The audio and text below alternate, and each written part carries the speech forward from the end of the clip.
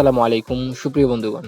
এখন থেকে আমরা চাইলে WhatsApp এর মাধ্যমেও কিন্তু Facebook এর মতো অ্যাকাউন্ট সুইচ করে আমরা ইউজ করতে পারি। অর্থাৎ মাল্টিপল অ্যাকাউন্ট কিন্তু আমরা WhatsApp এর মধ্যে ব্যবহার করতে পারি। তো সেটা কিভাবে করব? আমরা এখান থেকে সরাসরি আমাদের WhatsApp যাব। WhatsApp এ আসার পরে আমরা এখান থেকে 3 ডট আইকনে ক্লিক করব। দেন এখান থেকে সেটিংস অপশনে যাব।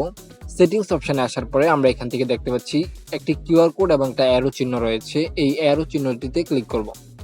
দেন এখান থেকে আমরা দেখতে পাচ্ছি আমার যে অ্যাকাউন্টটা সেই অ্যাকাউন্টটা এখানে শো করছে। দেন নিচে এড অ্যাকাউন্ট নামে একটা নতুন অপশন এড হয়েছে।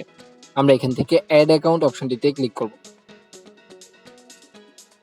এড অ্যাকাউন্ট অপশনটিতে ক্লিক করার পরে সেম নতুনভাবে একটা হোয়াটসঅ্যাপ ক্রিয়েট করলে যে এরকম ইন্টারফেস আসছে ঠিক ওই রকম ইন্টারফেস আসবে। দেন এখান থেকে agri and continue.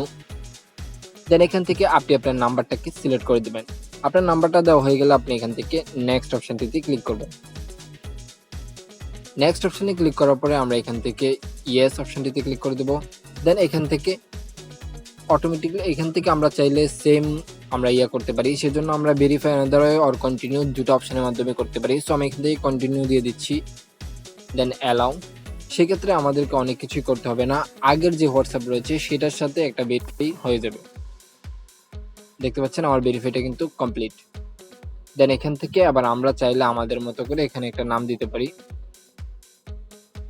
Okay, so নাম দেওয়া হয়ে গেল। আমরা এখান থেকে একটা পাস কি সিলেক্ট করতে পারি। তো পাস কি যেহেতু আমাদের খুব ইম্পর্টেন্ট, সো এখান থেকে একটা পাস কি আমরা এখনই ক্রিয়েট করে নিচ্ছি।